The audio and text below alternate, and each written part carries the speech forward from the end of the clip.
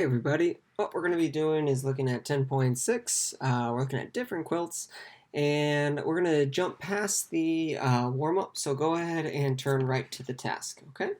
So let's go ahead now and look at these. So Optimus Prime received the order of x squared minus 4 on her desk and was wondering how the sides of the original x squared quilt would be changed. What algebraic expression would represent the lengths of the rectangle of this quilt?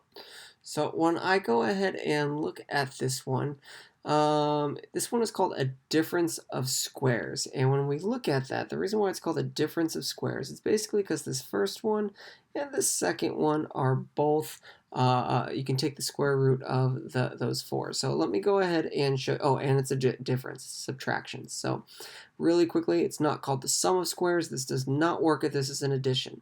But if you have your ax squared value, and you have your c value, and you can take the square root of those individually, what you can do is basically just create a shortcut of the square root. So basically here you go, it would look like this.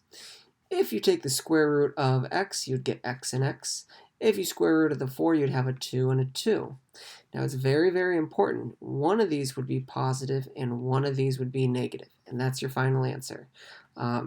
There's nothing more you can do here. And if you think about it, if you just did this, a times c is negative 4, and then your b value is 0. Well, what values multiply to negative 4 and add to 0? That's just 2 and negative 2. And that's how we get these values, okay? So it says write 3 more examples of a quadratic that are differences, squares, and show the factorization of each.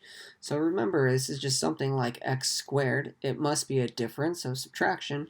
And then 49, so that would just be like x plus 7, x minus 7. You can do something even more trickier, so you can have it with just variables of like x squared minus, let's see, y squared. Well, you can take the square root of x, that's just x, and you take the square root of y, that would just be your y's right here. One would be positive and one would be negative. And we'll look at one more different. We had the coefficient of 1 on both of these, but we can do it even a little bit more crazier. We can have something like 9x squared minus 25z squared. So you can take the square root of both of those. So if you took the square root, this would just be 3x plus 5z. And then you'd have 3x minus 5z. Okay, so here's just 3 examples of how we could have done that. So factor the following expressions. We got a few of these we're going to go. So first off, you look at this, even though it looks a little different than what we've been used to seeing. You see, can I take the square root of the first term? Can I take the square root of the second term? Is it a difference? And if you say yes to all of those, you'll have the function then of a plus b times a minus b. Okay? And then you can always double check your work. If you do first, outer, inner, last, if you do FOIL, you'd get a squared plus ab minus ab minus b squared. These would cancel, and you'd be left with a squared minus b squared. Okay? All right, so let's go and look at these. Can you take the square root of both of these terms? Yes, you can. Is this a subtraction? Yes, you can. So the square root of 16x squared is just 4x. And the square root of 49 is 7. So then you're done. You double check if there's anything more you can do, and there's nothing more. So there you go. I want to point out, though, guys, if you had the same exact problem, but the only difference is that this was a plus sign, if this was a plus sign, you'd be done. There's nothing you can do. But since it's a minus sign, you can factor that. All right, so here we go. Same example, or same type of example. Can you take the square root of both the first and the second terms? Yes and yes. Is this subtraction? Yes, it is. So it is 9x minus 12. And then you can have 9x plus 12.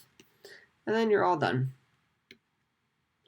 Here we go here now. We're going to take the square root of both of these to get 5x plus 11. And then 5x minus 11. Okay, so this is the same idea as factoring. It's just a different way of, it's just like one of those special case scenarios, okay? So, Optima received an order that was x squared, and we'll just watch it like this, plus 0x plus 9. I know it doesn't have a 0x, but for the sake of this, and it says, can we factor this? Okay, can we factor this? So when we write this, I'm still going to have 9 and add to 0. What numbers multiply to positive 9 and add to a 0? Well, you can't. It's not possible, okay? So if you say like, oh, 3 and 3, that would add to 6. Well, what if they're both negative? That add to negative 6, so on and so forth. So since we can't have a b value that is, what's it called? That is 0, this is not possible. This would be a no solution, okay? Now, graphically, what does that mean? It means, guys, when I graph this, it would look something like this, and it does not cross the x-intercept, just in case you were wondering, okay?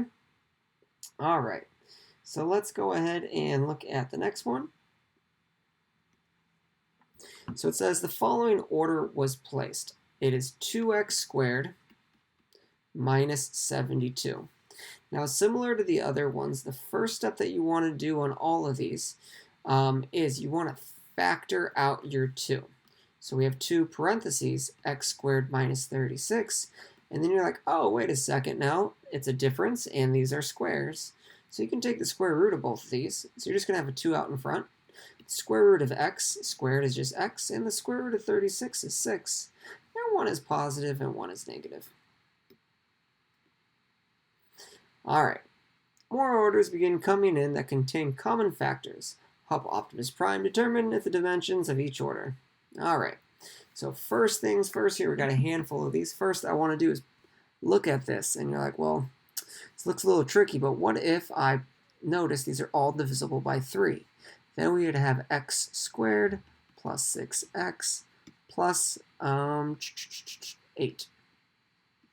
So then you're looking for values that multiply to 8, add to 6, and you're like, oh, I know that. That's just 4 and 2. So then we got 3 parentheses, x plus 4, x plus 2. Perfect. And you look at this one. Notice that these are all divisible by 2. So we're going to pull out a 2 and have 3x minus x squared minus 4x minus 7.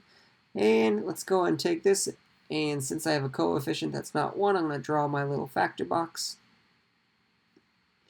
And 3 times negative 7 is negative 21 when I add these to negative 4.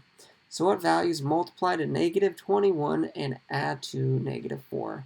That would be negative 7 and 3.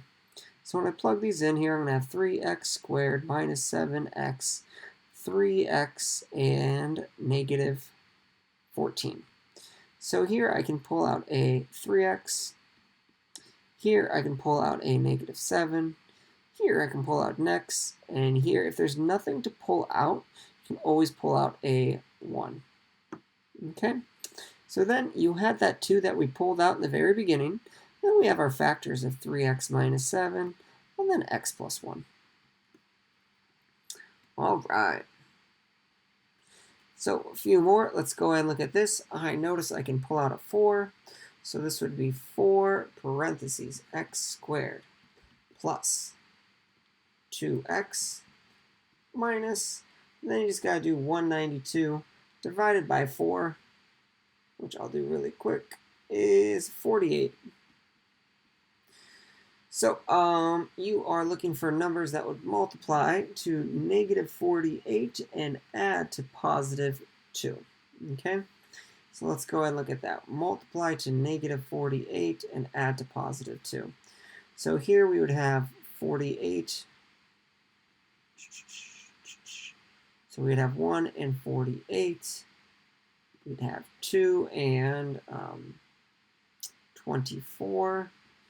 You'd have, let's see, 3 and 16. You would have 4 and 12. And then you would have 6 and 8. And you notice when you add these together, you're going to get a positive number. And therefore, the smaller one needs to be negative. So when I add those together, then that would give me my positive 2. So I'm going to have -6 and +8. Okay. So now when I look at these, you're going to have the values of x minus 6 and x plus 8.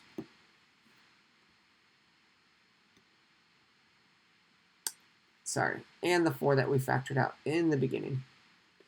All right, just a few more of these. So I noticed that these are both divisible by 3. So you're going to have 3 and then 9x squared minus 1.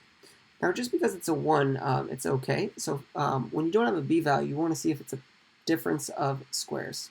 So the first term is a perfect square. Second term is a perfect square. So I'll have 3 parentheses 3x plus 1, 3x minus 1. Remember, you can do that if you can take the square root of the first and the second term, and there's no b value, just the a x squared and the c value. Don't forget, it's called a difference, so it needs to have that c. All right, here, guys, I have this negative. Always pull out that negative. We don't want to deal with the negative a value. So negative parentheses x squared minus 2x minus 35. And then when you think about that, you're like, okay, what multiplies to 35? Negative 35 and adds -2. Well, you know 7 and 5 multiply to 35. And when I add them together, it has to be negative, so the big one will be negative. So this will give me negative parentheses x minus 7, x plus 5. All right, last one. When I look at this, I am going to pull out a -3. Nope, I'm going to pull out a -2. I'm going to be left with 3x minus x minus 10. And then I'm looking for what multiplies to -30 and adds to -1. And that would then be 5 and 6. And the negative is bigger because it multiplies to -1. So since I have a coefficient that is not 1,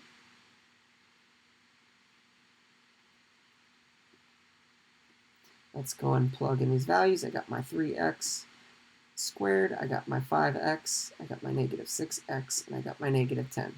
So let's start pulling things out. I got my 3x, I have my +5. Over here I have an x, and over here I'm going to have a -3. Oops. -2. So then my two values are 3x plus 5 and x minus 2. And let's not forget I pulled out a -2 in the beginning. Okay, guys. So there you go. We still have some of our review factoring that we just did. We did a little bit more pulling some stuff out. But the biggest one is the difference of squares. Remember, it's just when you have an ax squared minus must be a minus a c value. And both of those you can take the square root of. You'll get a final answer of your ax, I guess the square root of the ax. We can just do like 3x plus 5, and then you get like 3x minus 5. It's just the same. It's just the solutions of those square roots, except you're going to have one with positive and one with negative on the c value, okay? So hopefully this helped. If you have any questions, please let me or your teacher know, and have a great day, guys.